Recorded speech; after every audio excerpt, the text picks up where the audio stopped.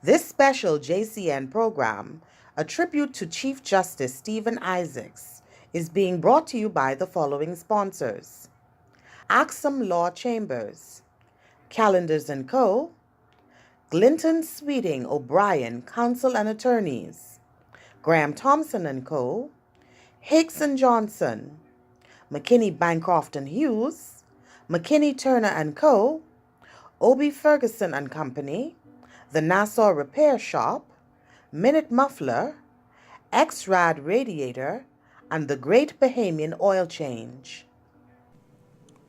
Good evening, everyone. I'm Wendell Jones, and welcome to this special tribute to the life and times of the late Chief Justice of the Bahamas, the Honorable Stephen Gerard Isaacs. It was with profound regret that on the 24th of August, the Cabinet of the Bahamas announced the passing of Mr. Isaacs, who died at Doctors Hospital in Nassau, Bahamas. Called to the Bar of the Bahamas in 1982, Chief Justice Isaacs commenced his judicial career in 1994 when he was appointed Assistant Registrar of the Supreme Court. During an illustrious career, Chief Justice Isaacs served also as Registrar of the Court of Appeal and on the Industrial Tribunal before being appointed to the higher judiciary as a Supreme Court Justice in September of 2002 when he was stationed in Freeport, Grand Bahama. Subsequently, in 2015, he was promoted to the rank of Senior Justice of the Supreme Court, and in December of 2017 was appointed Acting Chief Justice. He was confirmed to the substantive post of Chief Justice of the Commonwealth of the Bahamas by Her Excellency the Governor General, effective the 9th of July 2018. Chief Justice Isaacs, throughout his career, was universally lauded as being a judge's judge, of being in all things the epitome of the highest standard of conduct of a judicial officer, and for upholding the rule of law, justice, order, and proper decorum in his courtroom. In this tribute this evening, you would hear from a number of attorneys of the Supreme Court of the Bahamas, also the former Attorney General of the Bahamas, Alison Maynard Gibson, and the current Attorney General of the Bahamas, Carl Bethel. Our tributes to the life and times of the Chief Justice of the Bahamas, Stephen Isaacs, begins now. Is to focus on the administrative staff. They're very efficient. The judges are more efficient. When you may have workers in the system, you ask them to do a specific thing, and it doesn't get done, which slows you up tremendously. Having sat as registrar, I have a pretty good feel as to how to motivate the staff. You know, I tend to have an open door policy. As long as you're doing your work, I will listen to your problems. But my view is that the system has to be run on a merit basis. In my opinion, he was a judge's judge. And what that means, in my view, is that he understood the role that he had to play. He appreciated the gravity of the cases which came before him. He understood that litigants had to not only get justice, but had to perceive that justice was being done, and so that even if they lost a particular proceeding, for instance, he understood that it was important that they felt that they had a fair shake. Justice Isaacs was gracious, in a word. He was not given to histrionics, and we have had, fortunately not Bahamian judges, but one or two non-Bahamian judges who seemed to have treated the bench as a forum for theater and occasionally off-color jokes, showing in my view that they didn't appreciate what the judiciary meant to the wider Bahamian society. Justice Isaacs was always dignified. He had a relaxed manner, and he would occasionally joke with counsel. And he always read his files. I found that there were few instances when I appeared before him when it seemed, hadn't read the file from cover to cover. And so his questions and his queries were insightful, showing clearly that he understood the matter which was before him. He, in my view, understood the importance of the role of the judiciary, and there's some sense in which I regret that his eventual appointment to the post of Chief Justice came as late in the day as it did. As the saying goes, better late than never. But it will be to my everlasting regret that someone as deserving as the late Chief Justice Isaacs was not in fact invested with that title much earlier than he had been. For he was a capable judge. He was a logical judge. He gave reasoned rulings, and he contributed, in my view, to the development of jurisprudence in this jurisdiction. And so it was with the great sadness that I heard of his passing, and words almost fail me now as they failed me then.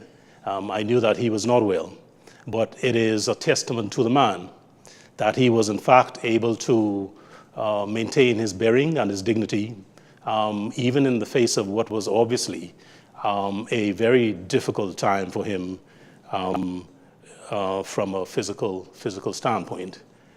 And so I am sure that my own voice will be joined by any number of other of my colleagues at the bar in extending great sympathy to his family and in saying without fear of contradiction that Justice Isaacs will be sorely missed. I would have first met Chief Justice Stephen Isaacs when I was a manager at Citibank, and Attorney Sidney Cambridge was our attorney, and Sidney was assisting us in a matter, and we had to go to then Assistant Registrar Stephen Isaacs to sign a document. From that day, this was in the 80s, and from that day I found Chief Justice Isaacs a very pleasant individual. Since then, to fast track, I became a lawyer and practiced extensively at the criminal bar. And I must say that all of my experiences with Chief Justice Isaacs have been pleasant and pleasurable. Even in some instances, when he would rule against me, he would do so in a way that even me being ruled against would have appreciated him. So I just want to make a tribute out to Justice Isaacs. We really appreciated him. Wish he had a longer time to be served as Chief Justice. I think he would have made done a remarkable job as Chief Justice, and certainly may he rest in peace. I said of His Lordship Chief Justice Stephen Isaacs at the ceremony for his swearing in that still waters run deep, and that I could not find words with which I would more happily describe his humanity, talent, judicial temperament, and superior intellect. Chief Justice Isaacs was called to the bar in 1982, the year I was born. He matriculated through to the very heights of the judiciary, having begun his judicial career as an assistant registrar of the Supreme Court and having concluded the same as Chief Justice. I have had the pleasure of appearing before Chief Justice Isaacs on countless occasions, and I can attest to his steady hand and active marshaling of his courtroom. He had a way of hearing every word uttered in his courtroom, whether the speaker intended for him to hear or not. His lordship also had a way of letting neither his voice nor his countenance betray the fact that some unlucky soul had managed to cross the line in his court. The resultant rebuke was typically firm but fair. Chief Justice Isaacs approached the tumult surrounding the protracted delay in his appointment with aplomb. He had sworn to protect and defend our Constitution and to serve our nation's people without fear, favor, or ill will, and he was determined to do so.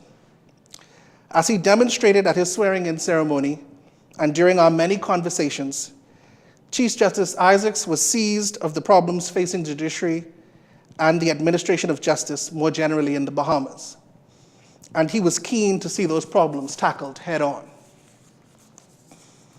As I have had cause to say previously, the beauty of national development is that we get to see the blossoming of homegrown talent.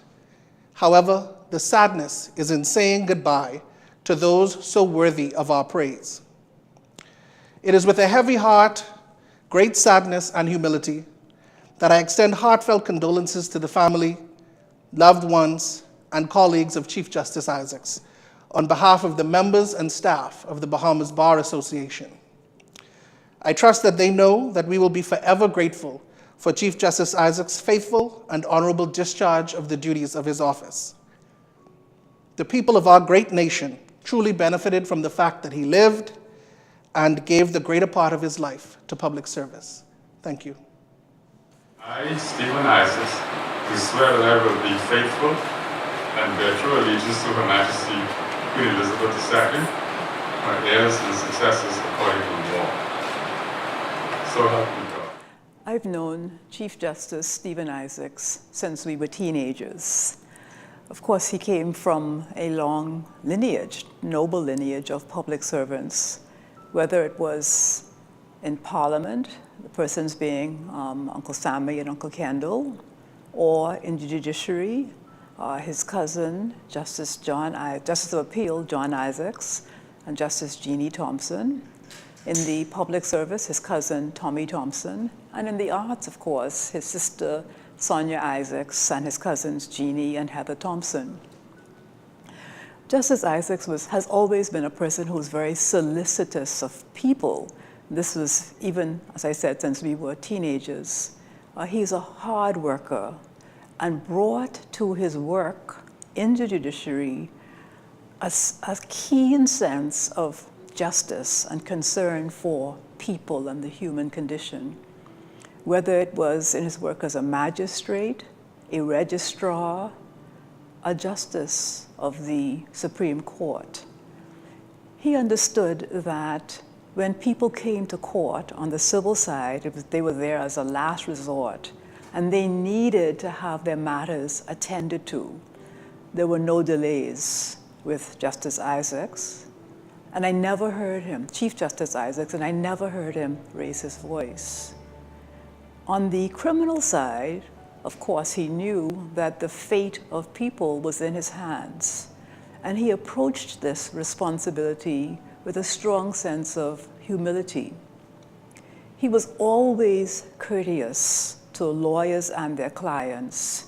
I had to deal with him to appear before him in the private sector when I was in private practice, and to work closely with him when I was in the public sector. He was always courteous.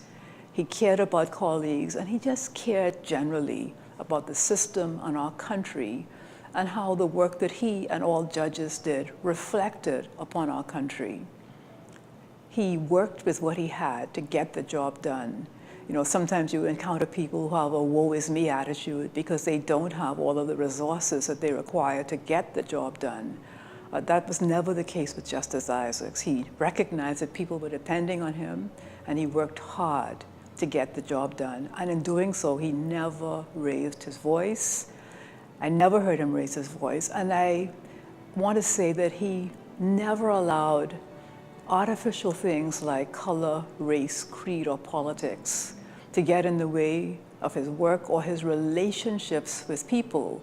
And especially in today's world, when we do see these things more and more, getting in the way of people's relationships, this, I think, we must point out as an example to be followed. Latterly, he really emphasized his concern about efficiency in the administration of justice. As Attorney General, I had many conversations with him about it, and also privately.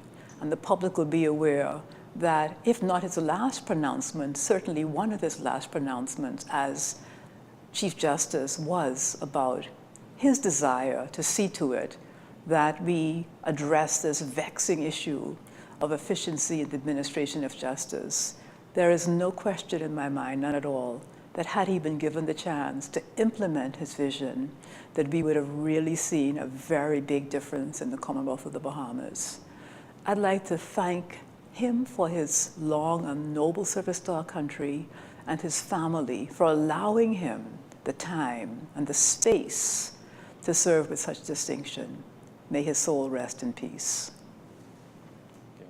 Yeah, I came to know Stephen Isaacs when he was a registrar of the Supreme Court as a young attorney practicing. And I had the privilege also of being the Attorney General who was in office at the time that the Judicial and Legal Services Commission approved Stephen Isaacs for appointment as a Justice of the Supreme Court. So in a sense, the circle somewhat was complete when I, as Attorney General, was also here for his elevation to the highest judicial office under our Constitution and in our land, that office of being the Chief Justice of the Bahamas. So in a sense, things came almost in a full circle. In my experience as an attorney with Stephen as a Justice of the Supreme Court, I must say, he was not only large in stature and tall, he sat tall in his court. It was his court. And he didn't tolerate any kind of foolishness in front of him. He was firm, he was fair, he was an excellent jurist. I had every confidence in his integrity and in his judicial competence. As an attorney, I can tell you that as far as members of the bar were concerned, Stephen Isaacs enjoyed the almost universal respect and acclaim of the bar. I'm certain also that we have seen, even before his passing and during the course of the time that I've been Attorney General recently, I've seen the almost universal love and respect that his brother and sister judges have had for him while he served as the head of the bench in the Bahamas. And so on behalf of the government and the people of the Bahamas, I would like to take this opportunity to express firstly my personal gratitude for having had the opportunity to appear before Justice Isaacs, as he then was, and to have played some small role in a sense, a number of the important achievements in his life. Firstly, in terms of his appointment to the higher judiciary as a Justice of the Court, and of course, more recently, in his appointment to the highest judicial office in the Bahamas.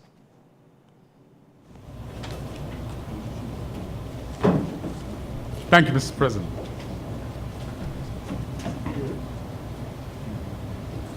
We have a vision to provide the framework to minimize the time between the initiation and disposition of criminal complaints and between the origination and resolution of civil claims and provide the public with ethical, courteous, efficient, and professional service in the process.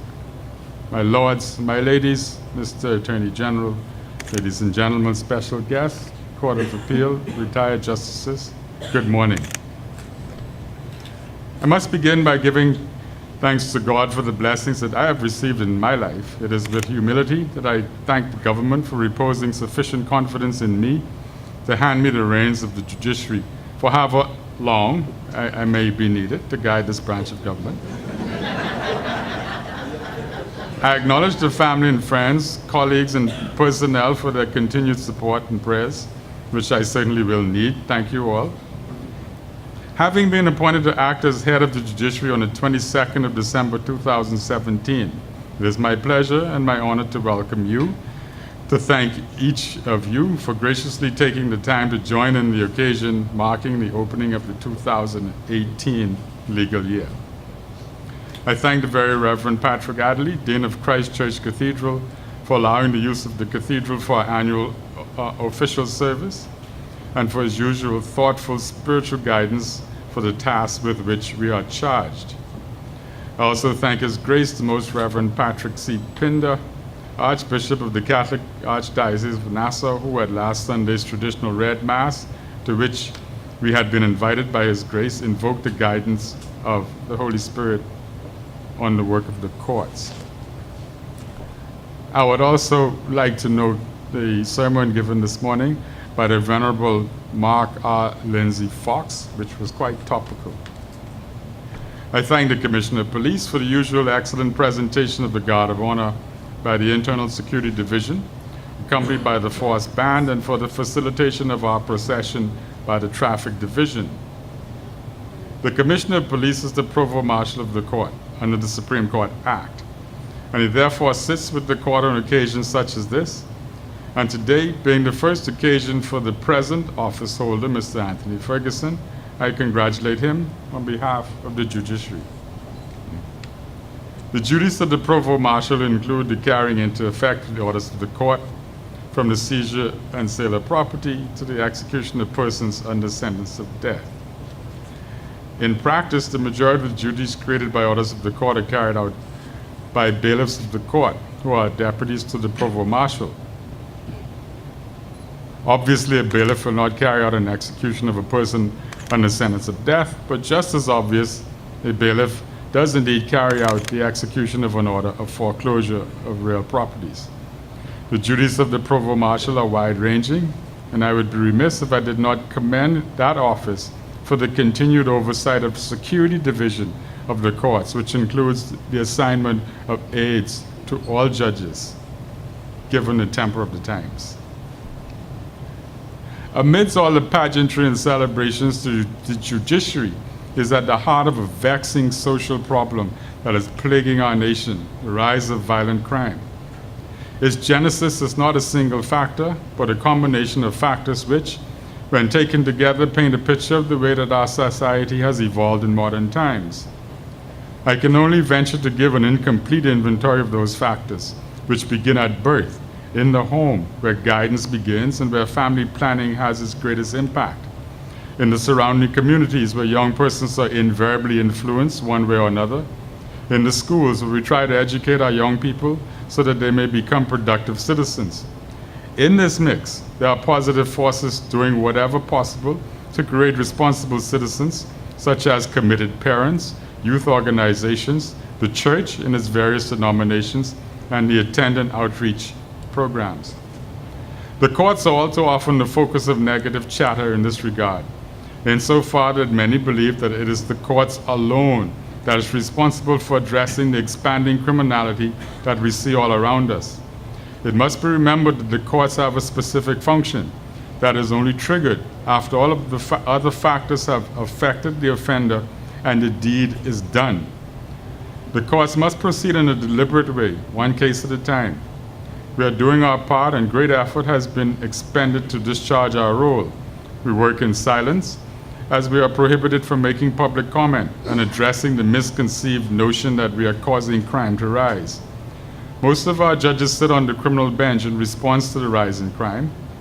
There are 10 criminal courts in operation, and if you juxtapose that to the huge number of indictable offenses committed during the course of a year, such as murder, manslaughter, armed robberies, and rape, among other trials where an accused person may select trial by jury, you will begin to see the task at hand, but we soldier on.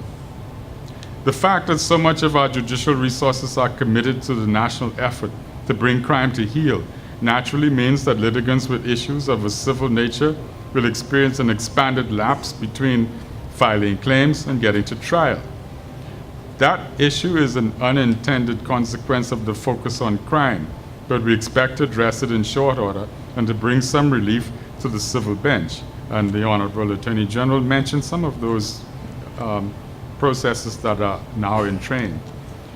I empathize with the police, with the force that is kept busy day and night fighting crime and at the same time having to attend court to give evidence with regard to their role. I can only imagine that theirs is an exhausting mandate, but they too soldier on. I now turn to some less dramatic topics, all of which, however, affect the efficient running of the courts, which really covers the entire Bahamas, with the efforts of the magistrates' courts, the industrial tribunal, the Supreme Court, the Court of Appeal, all of which process matters from every corner of our archipelago. 1, computerization.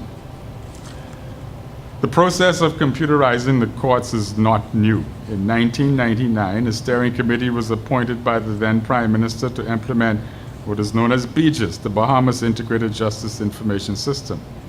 That project started slowly, and it was not until May of 2001 that the steering committee accepted a bid from IBM Bahamas Limited and its business partners, Professional Computer Software Services Incorporated, for the development of software to meet the needs of BJIS.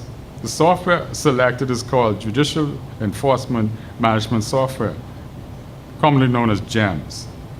There was an initial expenditure of $2.5 million with an estimated completion date of May 2003. What was lacking was the necessary administrative and technical support personnel. The object was and is to keep a record of millions of bits of information from every population center in the Bahamas, from Inagua to Bimini. This involves more than installing computers in the courts. The data must be entered by clerical staff, which require training, and it is labor-intensive. The logistical problem is obviously that clerical staff must deal with members of the public, constantly in answering queries, collecting fines, issuing court forms, and the like. An effort was made in 2004 to digitize the cause lists that go back decades. In order to digitize the cause list, which is handwritten, those records have to be reduced to print and checked for accuracy by a dedicated team of clerks. What was needed was a technically trained IT manager. Great effort was expended by now Justice Estelle Gray Evans, who discharged the role of coordinator, but by 2002, she had been appointed registrar of the Supreme Court and became responsible for all the duties of head of department. Despite the obvious staffing problems, and without a dedicated information technology department, we have met with some success. There have been installed computers in most courts, and there's access to the stored information on GEMS by registrars, the listing office, the secretary to the registrar, and in Grand Bahama. There's also some access by social services for probation reports, police prosecutors, and the Attorney General's office. Alas, the current use by all of these agencies cannot be expanded using the AS400 server without an upgrade to that server. Further on to technology, the integrated justice system. Much more recently, the executive introduced the IJS, which is accessible by the police, prosecutors, and Supreme Courts. This system is really dedicated to tracking criminal cases. The judges' clerks enter data on the court end, and the police enter data on the police end. It is a work in progress. The system is designed to enable the user to enter a keyword or name and date of birth, and thereon access information about the history of the criminal trial process for that defendant, as well as any antecedents that he or she may have on record. This process, in my view, is counterproductive, and instead of being a crime-fighting tool, it has the potential of creating resentment toward the authorities by those young persons caught up in this conveyor belt bail process. Returning the authority to magistrates to grant bail in all but the most serious offenses, such as murder, manslaughter, and armed robbery, ought to be given more than lip service, which is all that it has received to date. The statutory authority of magistrates to grant bail for minor offenses ought to be returned forthwith. The issue has become complicated by legislation that empowers magistrates to imprison persons for breach of bail conditions on a summary process, said bail having been issued by the Supreme Court. It is a matter of record that persons are being sent to prison by magistrates on this summary process for up to 1 year of punishment for what is a standalone offense, breach of bail conditions. This takes place long before the substantive charge is even heard, on which the accused person may very well be acquitted, but having already spent time in prison for a matter that is ancillary to the original offense. This legislation may be another attempt to fight crime, but the result has created confusion for both magistrates and judges.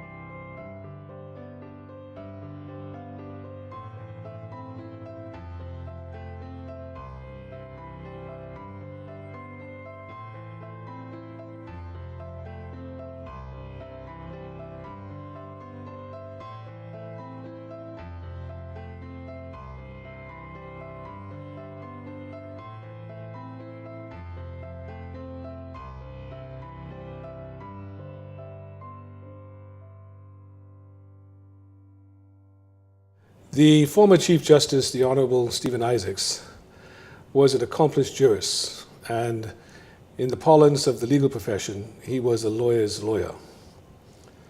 I knew him for over 25 years, first as a member of the bar, and then as a colleague, and then as a judge when I had the opportunity to appear before him many times. He was eminently fair in all of his dealings, and he was fiercely independent about the judiciary. When I heard of his passing, I was shocked and surprised, because only a short time ago, together with a number of other people, I attended his swearing-in ceremony at Government House.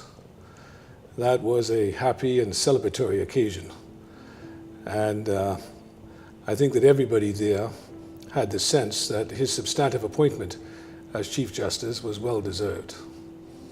Chief Justice Isaacs, I think, will be remembered as someone who has contributed significantly to the development of our jurisprudence and to the preservation and efficiency of our administration of justice. He did, in my view, possess many of the qualities that all good judges have. He was first and foremost very fair, respectful, and courteous in his dealings with members of the public, litigants who appeared before him, and with members of the profession. As I indicated, he was deeply committed to the independence of the judiciary and would not tolerate any incursions into the work of the judiciary from other branches of government. He was profoundly committed to a real sense of justice and the rule of law. To him, these were not romantic or idealistic notions, but they were fundamental to the preservation of our democracy. And the way in which he conducted his courtroom, the way in which he adjudicated matters before him, and the way in which he discharged his judicial duties demonstrated these qualities consistently throughout his career. In my view, former Chief Justice Isaacs will be remembered with a great deal of respect and deference. He was in many ways a humble man, even though he had accomplished a great deal in his career. I knew him outside of the legal profession as well. On occasion I would play tennis with him. We were members of the same tennis club. And he was just a thoroughly engaging and decent human being. He was fun to be around. He was very aware of the experiences of Bahamians in our society. And so he was not an aloof judge or a judge who didn't understand the culture of the people who appeared before him. He was deeply aware of the experience of our community and our society and was committed to doing what he could in his capacity as a judge and then as senior justice and then ultimately as chief justice to protect the rights of individuals, to ensure that they were treated fairly before our court system, and to ensure that they got a determination of their case from an independent and competent judge. And Chief Justice Isaacs was also very competent and experienced in many branches of the law. Throughout his judicial experience, he dealt with cases covering a wide range of areas. I don't practice criminal law, so I didn't know him in that capacity. But I knew him as a judge presiding over civil matters, commercial matters, very complicated cases in many ways, on many occasions. And he was always able to grasp the essential elements of the case and to deal with it in a way when the parties were finished. You had a sense that the judge heard you, understood your case, was fair and independent, and would give you his very best judgment on what should happen between the parties. And after all, that's really what we look for in judges. So I will remember Chief Justice Isaacs very fondly. I think he is one of our nation builders. I think he contributed a lot to our system of justice, and I convey my very deepest sympathies to his family. Ms. Marie, having heard a whole lot about Chief Justice Stephen Isaacs, I'm sure you'd agree that the judiciary is the poorer for his passing. And you have a judiciary that is growing, it seems, because we have new judges being added to the bench. But tell us, what is the state of the judiciary in the country today? Well, I think in common with court systems throughout the world, we are very challenged by the sheer volume of cases that come through our court system. And I think that is a problem which we have to address, and we're trying to address like every other country. I think generally speaking, the judiciary is under-resourced at a national level. I think there are major reforms which we need to address. And by the way, having heard of some of the issues which the former Chief Justice Stephen Isaacs was going to be dealing with, it's particularly unfortunate that we won't have an opportunity to see him implement his agenda. Chief Justice Isaacs had been a judge for a long time. He knew the system very well. He came from the bar. I think he was in a position to make some very important changes, but unfortunately we will not now have the benefit of that.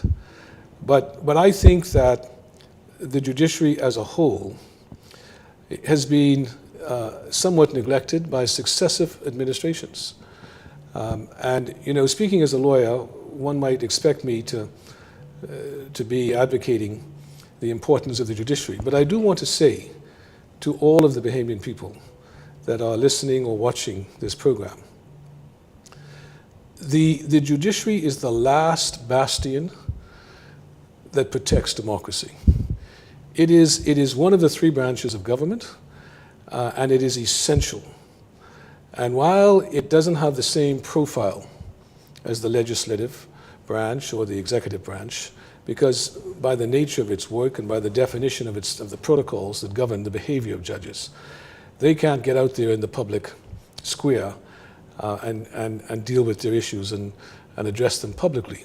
But it is important for our Bahamian people to understand that an effective, efficient, well-resourced, independent judiciary is fundamental to the life of every person in this country. And sometimes I do believe that the national government has not given the kind of priority to the judiciary that it needs in terms of financial resources, personnel resources, physical structure, administration, support staff. There's a lot of areas that we need to address. But having said that, relatively speaking, those persons who have been serving in the office of judges have really worked very hard, notwithstanding the difficulties under which they do work. And so they've kept the system working in a way which I think is reasonably tenable. But we do need changes, and we need reforms. Tell me, what would be some of those changes that a new Chief Justice should be about? Well, I think first of all, we have got to address the backlog of cases. There's an old adage that everybody knows: justice delayed is justice denied. And again, I know that we are facing challenges with the volume of cases. Every court system in the world, even the most developed countries, have this problem. But notwithstanding that, a high priority, I think, needs to be put on addressing the backlog of cases. We have, and I don't know the exact number, but I think it's something like 16 or 17 judges. It may be one or two more, one or two less, which I think is an adequate number. But where we have trouble with is the support staff for judges. So I think the backlog of cases is a major issue. Secondly, we have got to introduce more technology in our administration of justice. And it's not for the sake of doing it. It's because it just promotes greater efficiencies and it contains costs. Electronic filing of documents is, in my view, a very high priority. When we deal with lawyers from other countries, as we often do in the Bahamas, because we're an international jurisdiction, they find it incredible that in 2018, you have to physically walk down to an office and go to a lady or a man sitting behind a little cashier's desk and give them documents where they physically get a rubber stamp and stamp it, right? And then they give you back a receipt at some point, and then those documents go in some tray, and then at some point, who knows when, a day or two or three or four, somebody has to go physically pick up these papers from literally a tray that we used to use in the 50s and the 60s, right? And then write these documents up in something called a cause list book. And this is ridiculous. This is absolute nonsense for a country like the Bahamas in 2018. And these are systemic problems. So we need an electronic filing system. We need to cut the backlog. We need to integrate technology into our administration of justice in a way which promotes greater efficiencies. We certainly need, I think, to look at the support staff. Frankly, judges now are pretty much lone rangers, in carrying out their functions. They do have a clerk, but that clerk is not a qualified lawyer. So in terms of research, writing judgments, it's all on their own. And let me just give you a small example of this, Wendell. Because of the great backlog of cases and how hard the judges, particularly on the civil and commercial side, because that's the side I know best, judges are sitting in court literally 5 days a week. All right? Many of them start their courts at 9:30, some at 10. They sit through until lunchtime, they take a break. They sit all afternoon. Sometimes I've been in court, sometimes at 5 o'clock, 5:30, 6 o'clock. And they're doing this 5 days a week, 4 weeks a month. So when do they have time to write their judgments? When do they have time to think? Right? And the answer to that is they have to do it on their own time. They have to take these papers home. They have to work on weekends. They have to work late into the nights. The system is fundamentally flawed. Judges have to be given time to write their judgments. That has to be a part of their schedule. Now, these may sound like simple things, but I'll tell you when it's not so simple. If you, Wendell, had a case in the courts, and you went and waited your turn in the queue, and you eventually got to a judge, that can take sometimes, years, and you have your trial, and you have your hearing, and you think you've done well, and now you're waiting for a judgment. See, this is where a little thing becomes a big thing. And 3 or 4 months go by, and you say to your lawyer, when's the judge going to deliver the judgment? Well, I don't know. Right? 4 months, 5 months, 6 months. We have had cases where judgments have been outstanding for 2 years. Now, this does not always reflect the fact that the judge is not working hard. It's just that systemically, we've got it all wrong.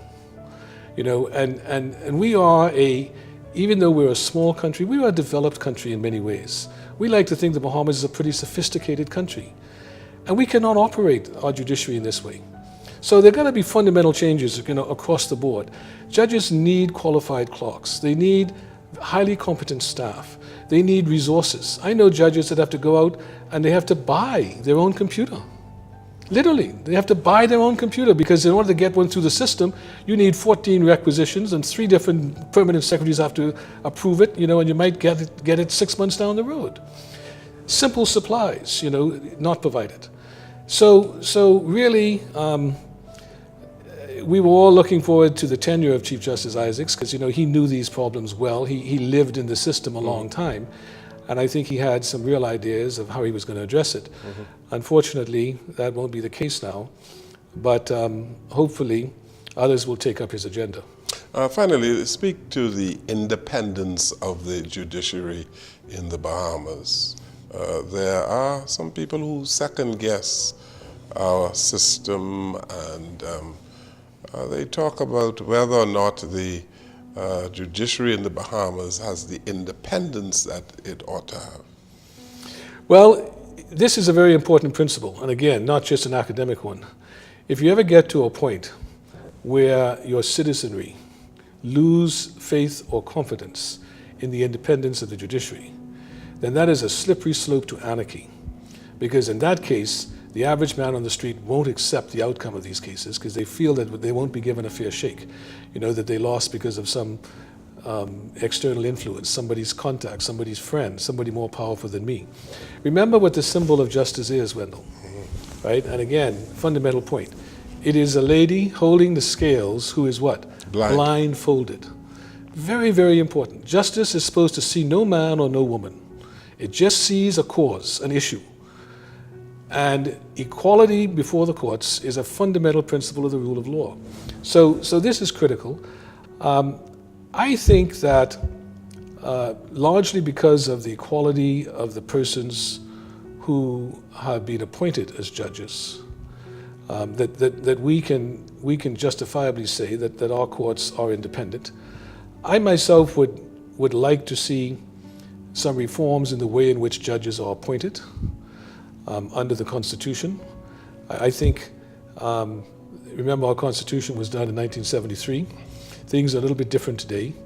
For instance, the Prime Minister appoints all members of the Court of Appeal. Yes. That to me has always been anomalous. I think that the perception of that is not right. And judges retire too early, don't they? Judges retire much too early today. The fact of the matter is that 65, and I'm not saying this because I'm in my 60s myself, is not what it was 25 or 30 years ago because of the advances of medicine. I mean, frankly, people are just living longer, are more healthy. And, judging is an acquired skill. Not just because you're a good lawyer doesn't mean you're going to be a good judge. These are different disciplines. And many times it takes a judge several years to get their feet on the ground, to make that transition. So in many instances, and I know this from personal experience not only here in the Bahamas, but in my dealings with judges in other countries, that a judge, at 65, 66, 67, is many times actually performing at his or her optimal level.